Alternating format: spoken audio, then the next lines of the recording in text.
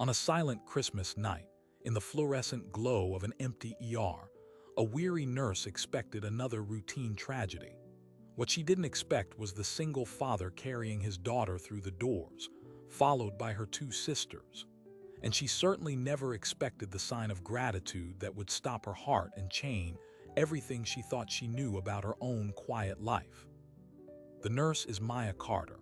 For her, Christmas has become just another long, draining shift, a parade of minor crises and lonely patients. The father is David, and his three daughters are Lily, Grace, and Sophie, 6-year-old triplets who are deaf. In that instant, as their small hands formed the words she hadn't heard all night, Maya wasn't just seeing patients. She was witnessing a silent crisis most of the world ignores, and it was about to pull her into a story she never saw coming. For Maya Carter, Christmas night at Mercy General was a study in quiet desperation. The air held the sterile scent of bleach and regret. Her shift began at 7, replacing a nurse who'd burst into tears of relief at seeing her. The waiting room was empty, not from lack of need, but from the holiday's cruel trick. People delayed coming in. Hopping their pain was just indigestion from a heavy meal, until it was too late. Maya's own traditions were boxes in a storage unit.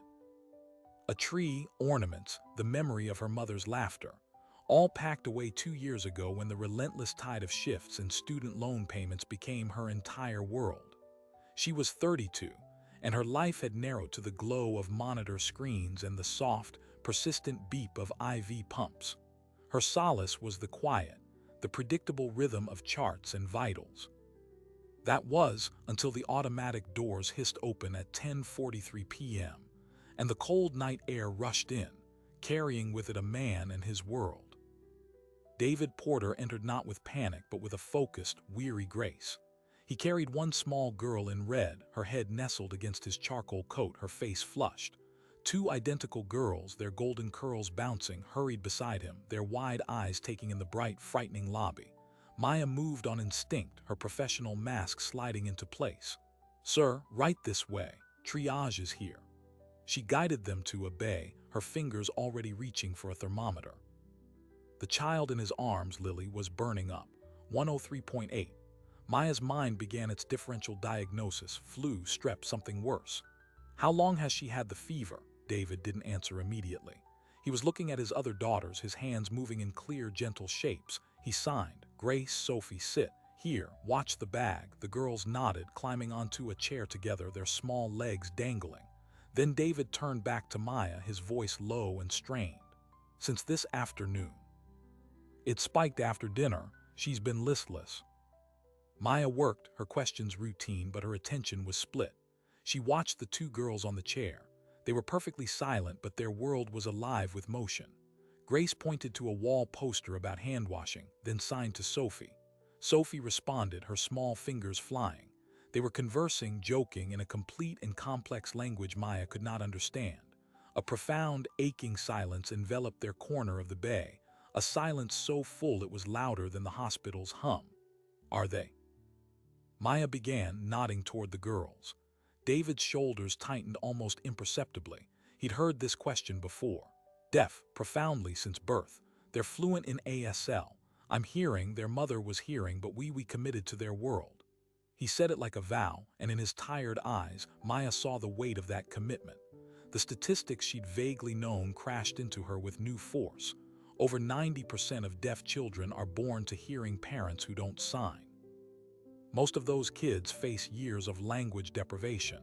But here were 3 6-year-olds, chatting animatedly without a sound. This man had moved mountains. She finished assessing Lily, confirming it was likely a nasty but straightforward viral infection. She explained the plan: fluids, observation, a mild fever reducer. David absorbed it all, translating the key points into sign for his daughters. Lily, drowsy, signed a weak thirsty. As Maya prepared the discharge paperwork, the mundane ritual of the ER, she felt the strange magic of the moment fading. This was just another family, another midnight visit. She'd forget them by morning. David gathered Lily, now wrapped in a blanket from the warmer. He shepherded Grace and Sophie toward the exit. He turned, and his voice was thick with a gratitude that seemed too large for the small medical care she'd provided. Thank you for seeing her so quickly on Christmas. Maya offered a weary professional smile. Just doing my job, Merry Christmas. It was then that Grace and Sophie, holding hands, stepped forward. They looked up at Maya, their faces solemn. In perfect unison, they raised their hands. Their small fingers formed the signs, slow and deliberate. Thank you. Maya Carter froze. The breath left her lungs. It wasn't the gesture itself, it was the profound intentionality. In a world built for the hearing and a place of chaotic noise, they had chosen to speak to her in their own language. It was a gift of staggering intimacy. A crack formed in the professional armor she'd welded shut over 2 hard years. Her eyes stung. She managed a nod, her own hands clumsy as she signed back, "You're welcome." The girls beamed. David gave her one last, knowing look, a look that said, "You see them. Thank you for that asterisk," and then they were gone, swallowed by the dark parking lot. The ER felt emptier, colder. Maya finished her shift in a daze. At 7 a.m., as a gray Christmas dawn broke, she drove home to her silent apartment. She slept fitfully, the image of those small, signing hands playing behind her eyelids. She woke in the late afternoon, the emptiness of her off day yawning before her. On a whim, she dug through a box in her closet. Beneath old textbooks, she found it, an American Sign Language pocket guide from a long-ago college elective she dropped. She sat on her floor, flipping through the faded pages. Hello, help, pain. The memory was not of the class, but of her grandmother, whose hands had grown still with arthritis, whose world had slowly quieted. Maya had wanted to learn then, but life had pulled her away. She traced the illustrations for asterisk family. Safe. Home. She returned to work the next day, the guide in her bag. The ER was back to its normal, brutal rhythm. Yet she found herself listening differently, noticing the quiet families in the waiting room, the patients who wrote notes instead of speaking. During a lull, she pulled out her phone and searched for local ASL classes. That's when she saw the news alert from the local community board, posted just 2 hours prior. The headline was a punch to the gut. Community advocate fights school district over interpreter cutbacks. And there, in the attached photo, was David Porter. He stood at a microphone before a school board, his 3 daughters seated behind him, their faces alert and watching. The article quoted him, "Denying my children a qualified ASL interpreter isn't a budget decision. It's a decision to lock them out of their education. It is language deprivation, and it is abuse." Maya read the piece, her heart pounding. The school district, citing rising costs, had terminated the contract for the triplets' dedicated interpreter 3 weeks before Christmas. David was appealing, but the district was stonewalling. The final line of the article turned her blood to ice. A school board member, speaking anonymously, said, "If the father is so fluent, perhaps he should homeschool. The system isn't built for this." Maya sat back, the noise of the ER fatting to a buzz. This was the real emergency. The fever was just a symptom. The fight David was in, a fight for his daughters' minds, their futures, was a silent, bureaucratic war happening in plain sight. And she had sent him home with instructions for pediatric ibuprofen. A wave of uselessness washed over her, but beneath it a spark. She was a nurse. She assessed crises and intervened. She looked again at the photo of David standing alone before a panel of indifferent faces. He wasn't alone, not anymore. She picked up the hospital's internal phone and dialed the social work department. "Hi, it's Maya Carter from the ER. I need to consult on a potential case of systemic neglect, and I need the contact for the best educational rights lawyer in the city." The social worker began asking standard questions. Maya cut her off, her voice low and firm. "No, you don't understand. This isn't a maybe. I'm not asking for a referral. I'm telling you I'm about to go to war with a school district, and I need an army." She hung up, her hands trembling, but not from fear, from purpose. She had no idea that 40 miles away, in a suburban school district office, an administrator was just filing a formal counter-complaint against David Porter, alleging he was a disruptive parent who was using his children's disability to push a political agenda. The battle lines were drawn. And Maya Carter, the exhausted Christmas nurse, had just volunteered for the front lines. The lawyer's name was Alina Vance, and her office smelled like old paper and righteous anger. When Maya sat down across from her, explaining the case of the Porter triplets, Alina didn't take notes. She simply leaned back, steepled her fingers, and said, "Mercy General's finest playing educational avenger. I like it. Tell me everything, especially the parts the school board left out." 3 days later, Maya stood with Alina on the front porch of David Porter's modest ranch house. He opened the door, his expression shifting from surprise to guarded recognition. "The nurse from Christmas. This is Alina Vance," Maya said. "She's an educational rights attorney. We want to help." David's eyes flickered with a war between hope and exhaustion. "Help is expensive, and they've already labeled me the problem." Alina stepped forward, her voice calm and direct. "Mr. Porter, according to the Individuals with Disabilities Education Act, what the district is doing isn't just frowned upon, it's illegal. Denying a qualified interpreter is a denial of free, appropriate public education. They're betting you don't know that, or that you're too tired to fight. Let's prove them wrong." Inside, the living room was a testament to a life built around access. Children's books in both English and ASL gloss covered the shelves. The TV was on mute with closed captions. In the corner, Grace, Sophie, and a recovering Lily were building an elaborate block tower, their hands moving in a constant, silent commentary. David watched them, his love so palpable it felt like a third presence in the room. "Their mother, Sarah, was hearing," he began, his voice quiet. "We learned we were having triplets. Then, at birth, the newborn screening, it confirmed all three had profound bilateral hearing loss. The audiologist handed us a pamphlet about cochlear implants and said, 'Good luck.'" He took a shaky breath. "Sarah, she couldn't cope. The silence, the fear, the feeling that she'd never hear her girls say, 'Mommy.' She left when they were 18 months old. The divorce papers cited irreconcilable differences." Maya felt the air leave her lungs. The story wasn't just about a school fight. It was about a man who had chosen to stay and learn a new language when the person he loved chose to walk away from the silence. "So you learned ASL alone?" Maya asked. David gave a tired, proud smile. "I hired a deaf tutor, Maria, 3 times a week. I made flashcards. I labeled everything in the house. For a year, I communicated with my bobbies through gestures and tears. But their first sign, milk, all 3 of them within days of each other. It was like watching flowers open in the dark." He looked at Alina. The district had a dedicated interpreter, Ms. Linda, for kindergarten. She was deaf herself, a cultural and linguistic role model. The girls thrived. Their vocabulary exploded. Then 3 weeks before Christmas break, the principal called me in budget reallocation. The interpreter contract was terminated. They offered a remote video interpreting service on a shared iPad for all 3 girls to use. Alina's pen finally touched paper. A single device for 3 first graders in different parts of a classroom. That's not access, that's theater. "It's a prop," David corrected, his voice hardening. "I refused, I kept them home." That's when the truancy notices started. Then the disruptive parent complaint. Alina closed her notebook. "We're going to file a due process complaint with the state. We'll demand an emergency hearing to reinstate the interpreter. But we need more than law. We need a narrative. We need to show the human cost." The human cost had a name: regression.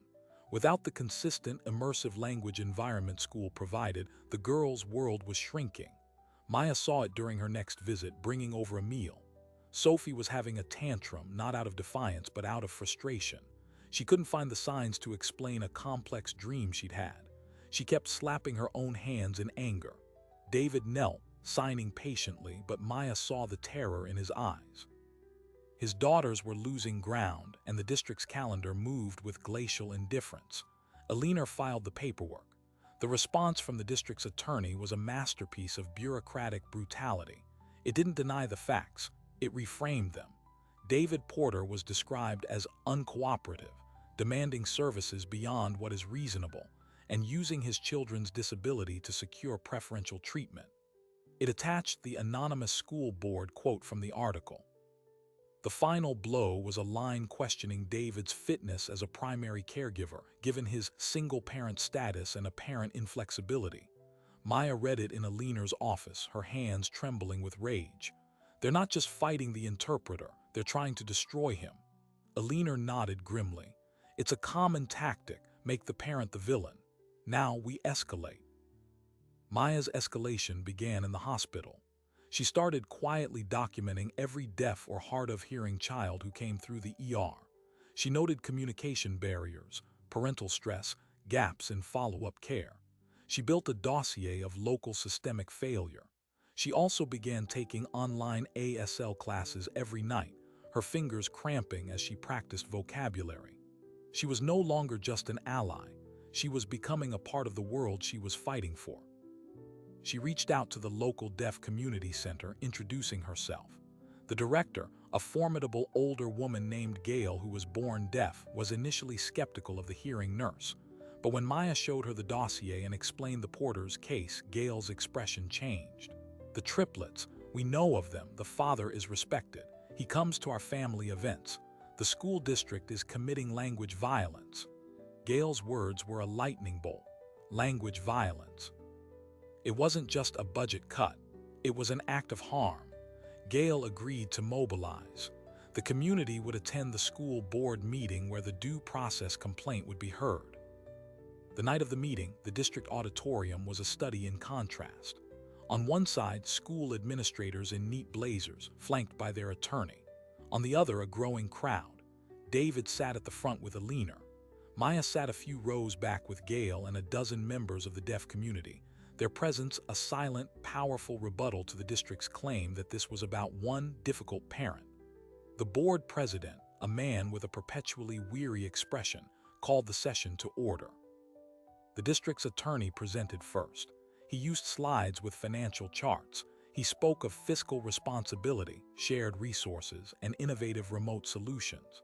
He painted David as a man refusing to embrace cost-effective technology for sentimental reasons. Then it was Alina's turn. She didn't use slides. She walked to the center of the room. Members of the board, you've heard about costs. Let me show you the cost you've already incurred. She turned and nodded to David.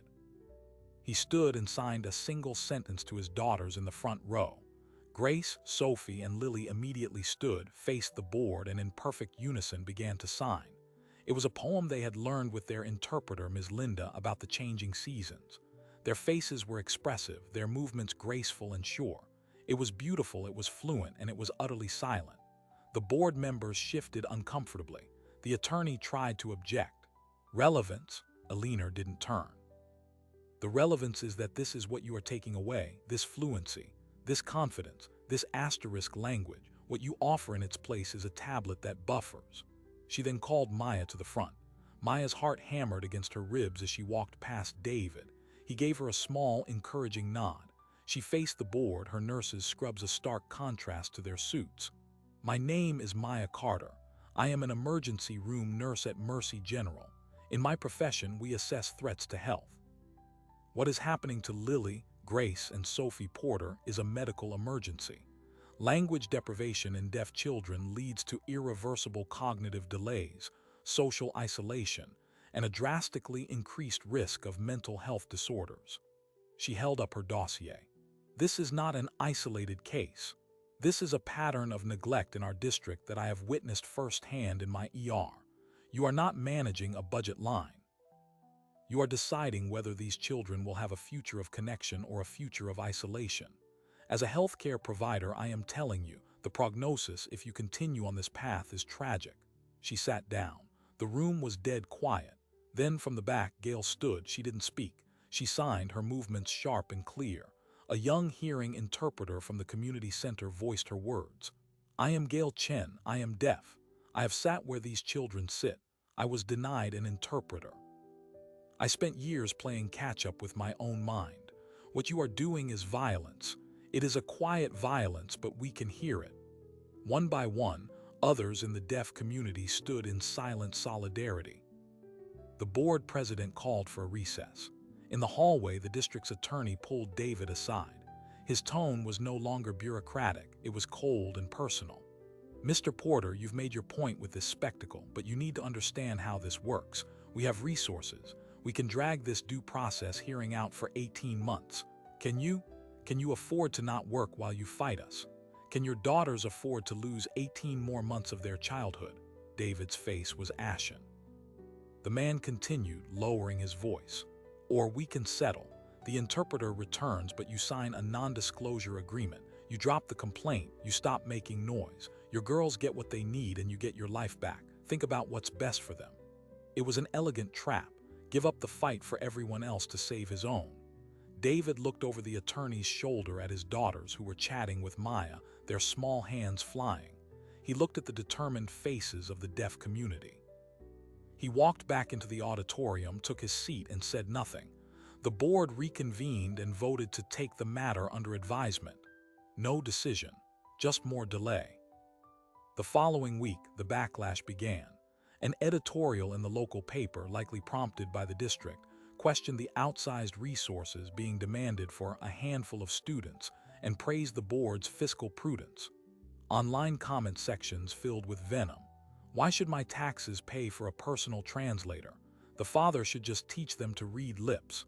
This is why special needs kids should be in separate schools. The most painful comment from Maya was about her. Since when do nurses get to dictate school policy? Stick to taking temperatures. The pressure was working. Donations to a legal fund Alina set up were trickling in too slowly. David had to take extra shifts at his job as a technical illustrator, leaving the girls with a babysitter who didn't sign fluently. The regression worsened. Then, Alina called Maya with a new, chilling piece of information. I just got a subpoena for David's mental health records from the district's attorney. Maya was stunned. What? On what grounds? They're arguing his parental fitness is central to his demands. They're digging for anything, any past anxiety, any counseling after his wife left to paint him as unstable. This was beyond cruel. It was a surgical strike designed to break him. Maya drove to David's house that night. She found him sitting at the kitchen table, head in his hands, a pile of bills next to him. He looked up, defeated. Maybe he's right, the attorney. Maybe I should just take the deal, sign the NDA, get Linda back for the girls. This fight, it's consuming everything, and they're slipping away right in front of me. For the first time, Maya saw the unshakable man from the ER crumbling under the weight. She reached out, putting a hand over his. David, if you sign that, they win. They do this to the next family and the next. Your girls will get older, and they will understand that you traded justice for their future for a temporary fix. We need a new strategy. We need to make this too public to ignore. The idea came from Gail. The media loves a Christmas story, she signed during a strategy meeting at the community center. But the Christmas angle is gone. We need a new hook. What about their first grade play? Every school has one. Maya's eyes widened. The spring festival, an annual tradition at the girls' school. Every first grade class performed a short musical. The girls were supposed to be in it, David said softly. But without an interpreter on stage with the class, they can't participate. They'd just be standing there, lost. Maya looked at Alina, then at Gail. A dangerous public plan began to form. What if, Maya said slowly, they didn't just participate? What if the play had asterisks to include them? What if we made it impossible to ignore? Alina smiled, a sharp, litigious smile. We petitioned the school for a reasonable accommodation under the ADA, a certified ASL interpreter on stage integrated into the performance. They'll deny it. They'll say it's disruptive, too expensive, not reasonable. And when they deny it, Maya continued, her voice steady with conviction, we don't just file another paper, we bring the play to them. We stage our own performance, right on the school steps with the girls, and we invite every news outlet in the city. It was a nuclear option. It would burn every remaining bridge with the district. But as David looked at the hopeful, scheming faces around him, the nurse, the lawyer, the deaf elder, he saw the army Maya had promised. He straightened his shoulders. The defeat was gone, replaced by a soldier's resolve. We do it for Linda, for every kid after them. The plan was set. But as they left the community center, David checked his phone. A new email from the district. The subject line, urgent, meeting regarding potential child welfare referral.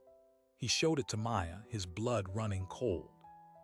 The district was threatening to call Child Protective Services, claiming the girls' truancy and social isolation due to the conflict constituted educational neglect. The battle for an interpreter had just become a war for custody. and the first shot had been fired. The threat of Child Protective Services changed everything. It wasn't a negotiation tactic anymore. It was a declaration of total war. Alina Vance read the email, her face turning to stone. "This is the playbook," she said, her voice dangerously calm. "They weaponize the system to punish parents who fight back. We have 72 hours before they likely file the report. We need to move from defense to offense." The emergency meeting that night was held in Maya's apartment, the air thick with fear and fury. David sat on her couch looking hollow. The specter of having his children evaluated, possibly even temporarily removed, was a paralyzing terror no parent could withstand. "I can't lose them," he whispered, the words scraping out of him. "I can't." Maya knelt in front of him, her nurse's training overriding her own panic. "Listen to me. You are a phenomenal father. Your girls are loved, fed, safe, and linguistically rich in their home. That is what matters. CPS will see that, but we cannot let it get to that point. We have to make you bulletproof." Gail from the Deaf Community Center was on speakerphone. Her voice, interpreted by a colleague, was a steady drumbeat. "They are attacking his fitness because he is a hearing parent of deaf children. It is a classic prejudice. We must reframe the narrative. He is not a problem, he is a model. We show the world what a committed parent looks like." The plan became a two-front assault. Front 1. Legally inoculate David against the CPS threat. Alina worked through the night, drafting a preemptive package. It included sworn affidavits from the girls, pediatrician, their former deaf interpreter Linda, and Maya as a medical professional, all attesting to the children's health, happiness, and advanced language development despite the school's obstruction. She included photos and videos of David teaching the girls, of their signed conversations, of their vibrant home life. It was a dossier of good parenting, assembled to be sent to the CPS director the moment a report was filed. Front 2, the public spectacle, the alternative spring festival play. But now it wasn't just a protest. It was a shield. "We make it a media event so big," Maya said, "that any CPS worker who shows up will have to do so in front of news cameras. They won't touch it." The logistics were daunting. They had 9 days until the school's official play. Gail reached deep into the community. A retired theater director who was hard of hearing offered to help stage the piece. A hearing composer who had deaf parents agreed to adapt the school's simple songs into music that emphasized vibration and rhythm. The play was The Little Seed, a story about growth and weather. The triplets would play The Three Raindrops. Their lines were not spoken, they were signed, with the narrative voiced by a hearing interpreter woven into the performance. Rehearsals began in the community center gym. For Lily, Grace, and Sophie, it was a return to joy. They understood the story instantly, their signs for rain, sun, and grow expressive and playful. They were not disabled here, they were the stars. Maya attended every rehearsal, her own ASL improving daily. She learned to sign break a leg, a literal tap on the leg. David watched from the sidelines, the weight on his shoulders lightening just a fraction as he saw his daughters flourish. But the district was not idle. 2 days before the planned protest play, David was summoned to a meeting with the principal and the district superintendent. Alina went with him as his advocate. They were not offered seats. The superintendent, a woman with a tight smile, got straight to the point. "Mr. Porter, we are aware of your plans for a disruptive event on school property. We cannot allow it. It is a safety and liability issue. Any unauthorized gathering will be met with a trespass order and police presence." David stood his ground. "We'll be on the public sidewalk. The sidewalk in front of a school during dismissal is a protected zone. We will deem it a disruption to school operations." Alina stepped in, her tone icy. "Public sidewalks are traditional public forums. You cannot preemptively ban a peaceful demonstration. Any attempt to do so, or to involve law enforcement against children performing a play, will result in an immediate federal lawsuit for violation of First Amendment rights and targeted discrimination under the ADA.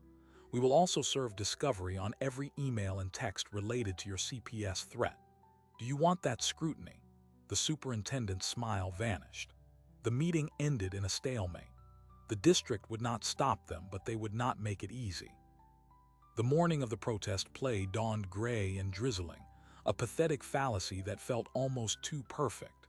The team had prepared for this. They set up a pop-up canopy on the public sidewalk right at the edge of the school property. The community center's sound system played the gentle, vibrational score. A crowd began to gather: deaf community members, allies from Maya's hospital, parents from other schools who had heard the story, and crucially, 3 local news crews and a reporter from the regional paper. The school, in response, had stationed 2 security guards by the main doors and kept all the children inside during lunch, curtains drawn. It was a surreal, tense scene, a vibrant, signed performance on the wet sidewalk, facing a fortress of silent brick. Then the girls began. Dressed in sparkling blue costumes, they signed their raindrop parts, their faces glowing with dramatic flair. The interpreter narrated beautifully. The small crowd watched, captivated. Maya, helping backstage, felt a surge of triumph. They were doing it. The cameras were rolling. Halfway through the 8-minute play, a black sedan pulled up. A woman in a crisp suit got out, a clipboard in hand. She didn't approach the performance. She stood at a distance, observing. Maya's blood ran cold. She recognized the type, an investigator. The CPS report had been filed. The woman watched David, who was fully engaged in supporting his daughters, his face a portrait of proud focus. She watched the girls, their competence and joy undeniable. She watched the diverse, supportive community that surrounded them. She took a few notes. Then, as the play concluded to quiet applause, a wave of hands in the air, the deaf community's version of clapping, the woman got back in her car and drove away. She had seen enough. The threat for the moment was neutralized. The play was a tactical success.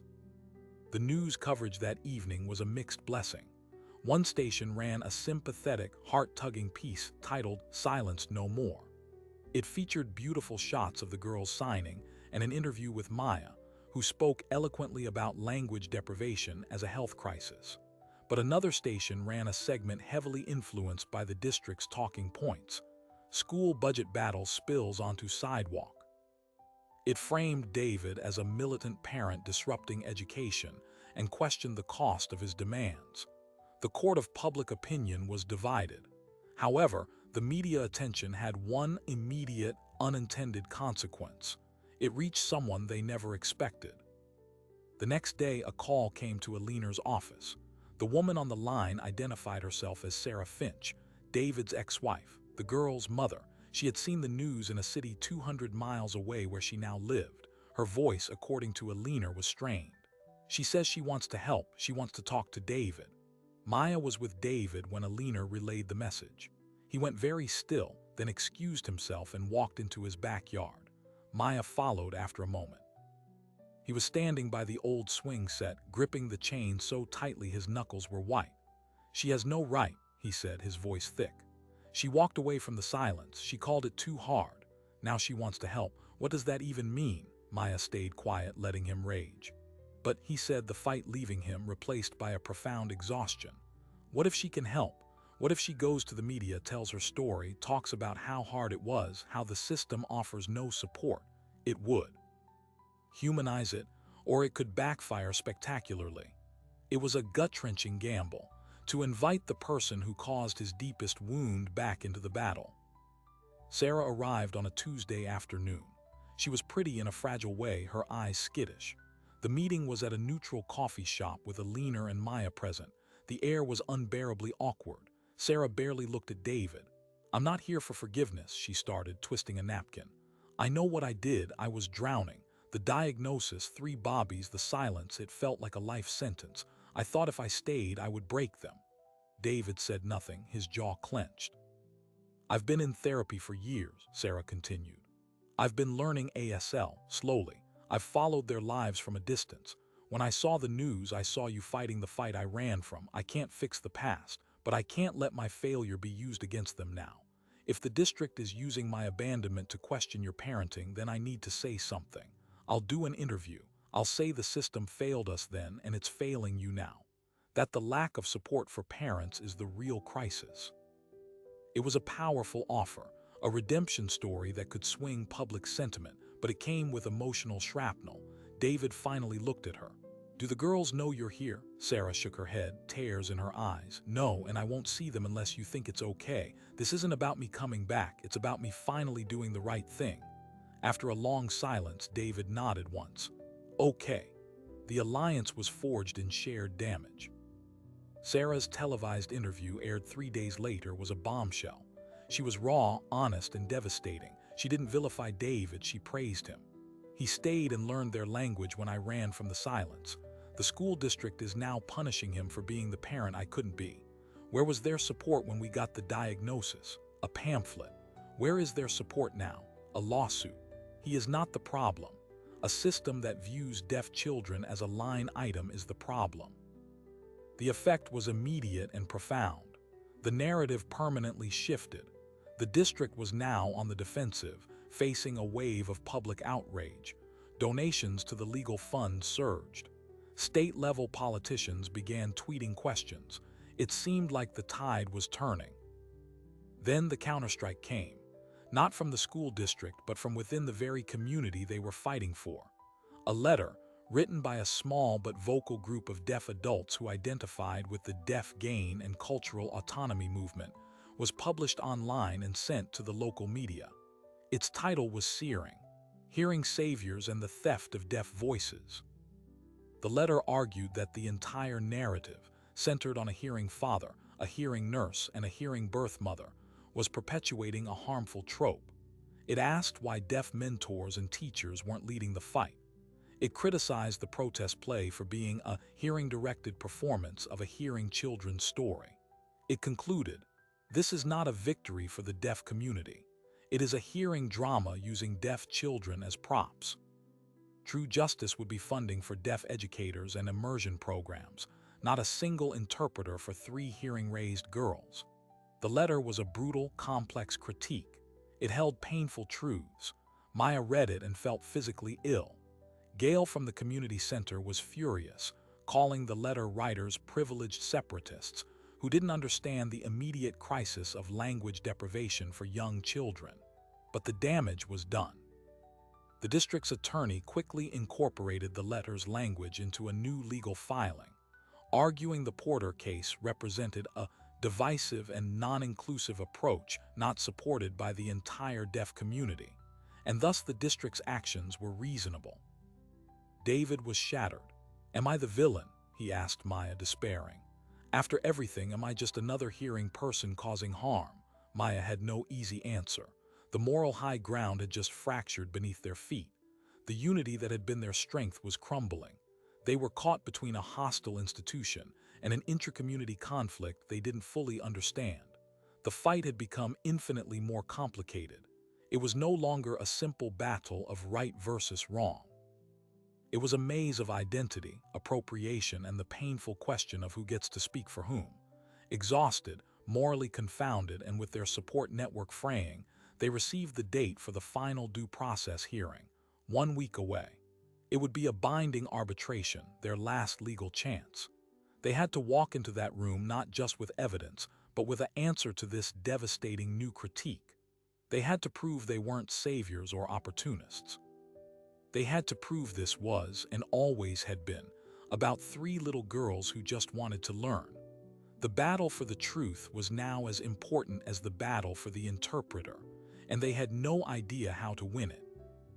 The week before the due process hearing was a silent storm. David moved through his house like a ghost, the letter from the deaf critics playing on a loop in his mind. Maya watched him, her own conviction wavering. They had fought so hard only to be told they were fighting wrong. The moral clarity of Christmas night had dissolved into a gray, confusing fog. They needed a new compass, and they had only 7 days to find it. Maya made the decision. She called Gail, not for strategy, but for guidance. "We read the letter," Maya said, her voice quiet over the phone. "We need to understand, not just argue against it. Can you help us?"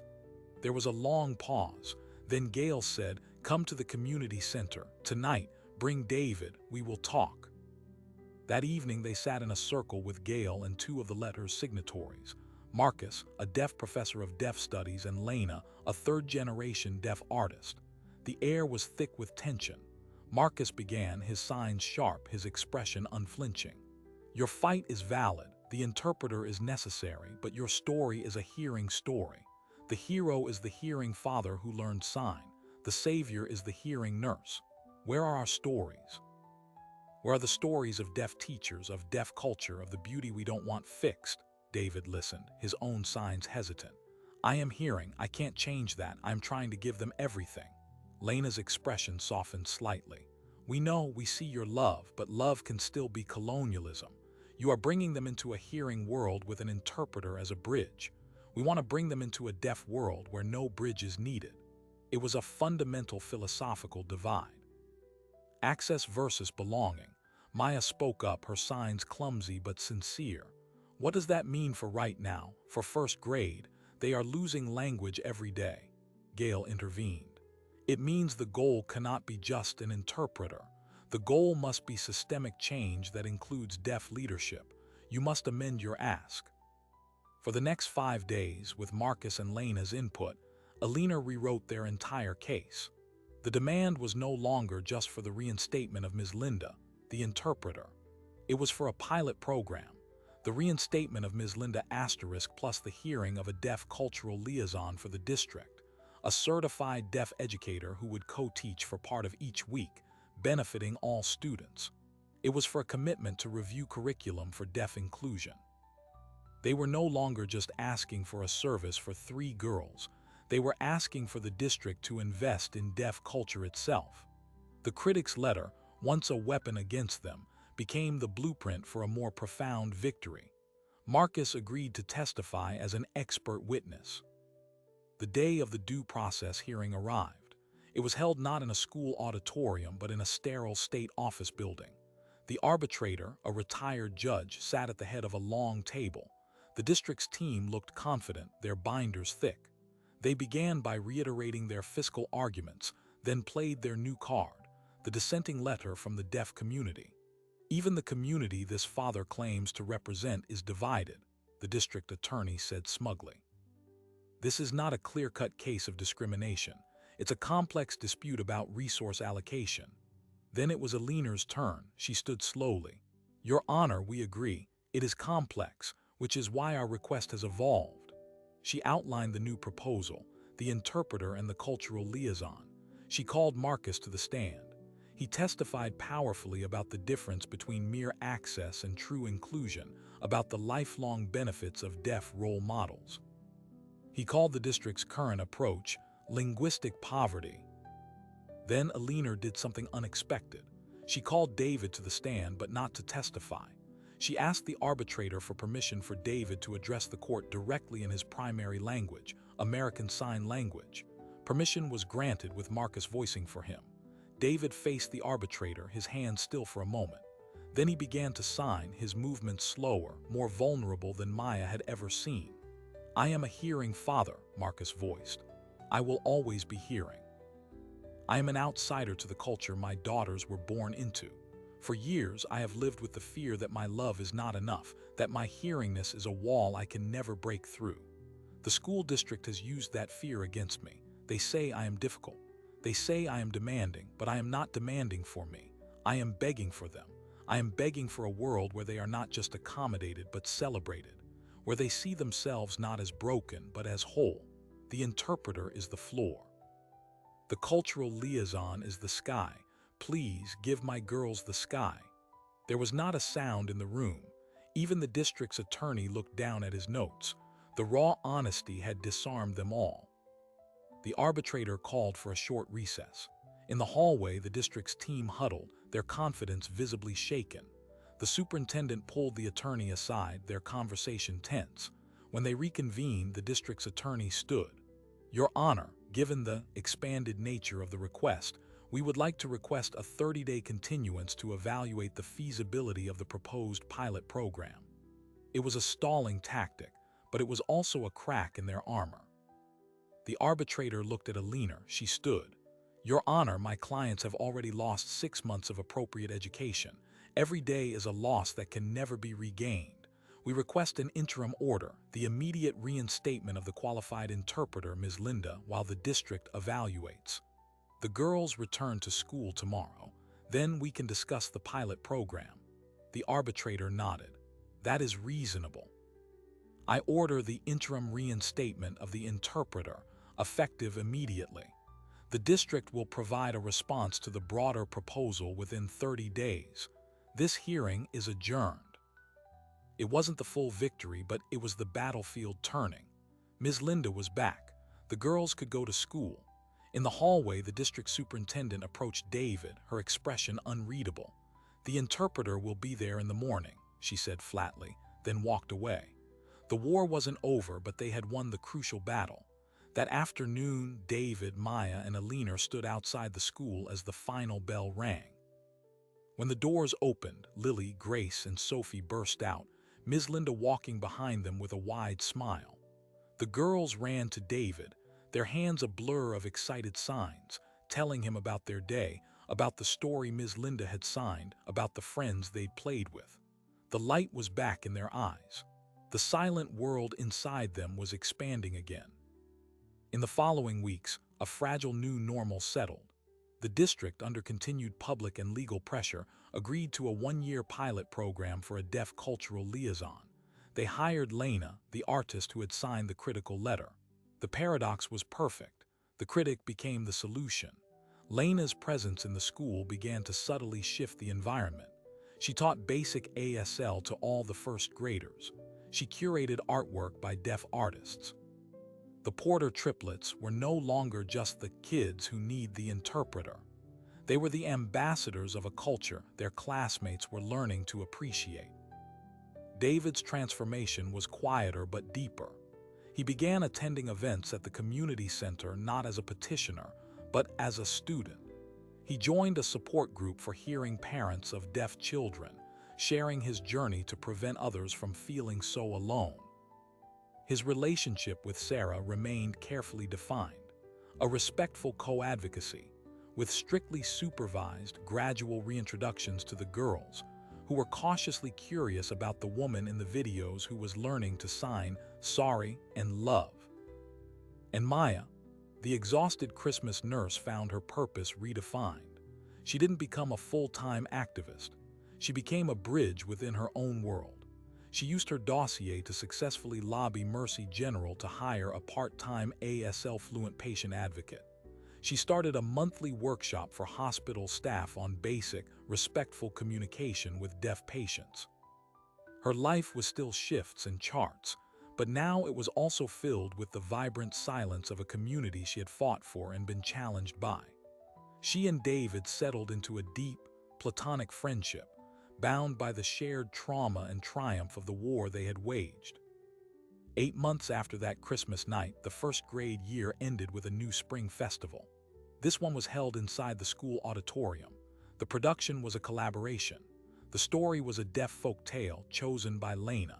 The music was composed with vibration in mind. And on stage, alongside their hearing classmates, Lily, Grace, and Sophie performed.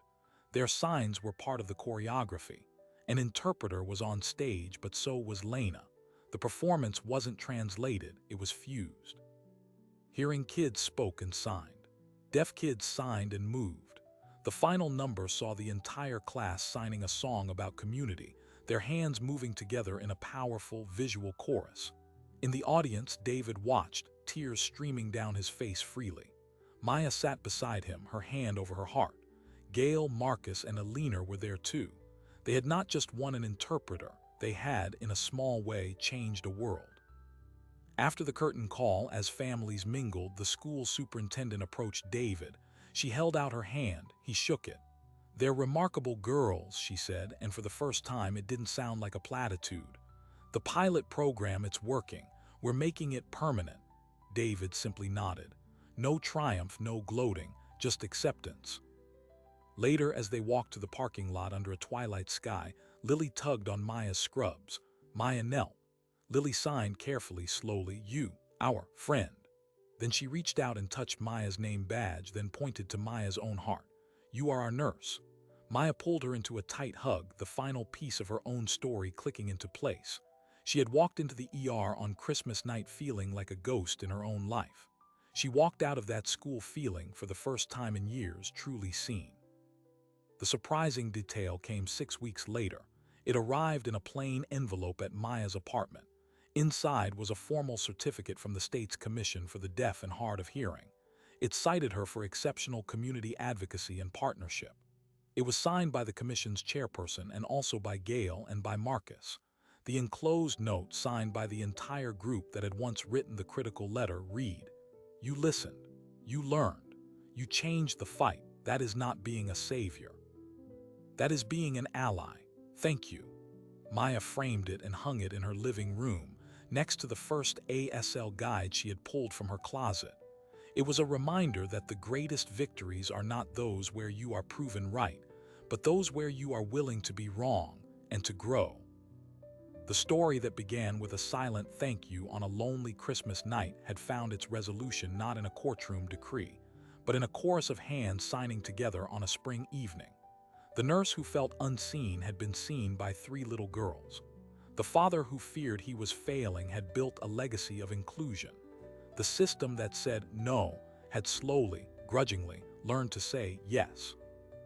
And 3 sisters, once on the brink of being locked out of their own education, now held the key to a more inclusive world for every child who would come after them.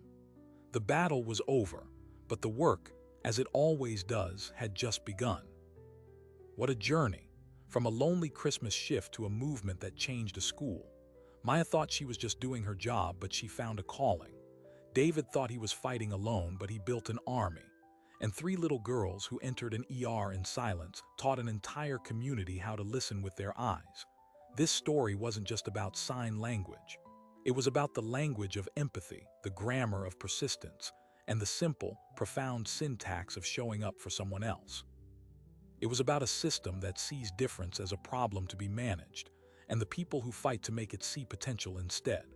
We live in a loud world, but the most important conversations often happen in the quiet. They happen in the determined focus of a father learning a new way to speak to his children.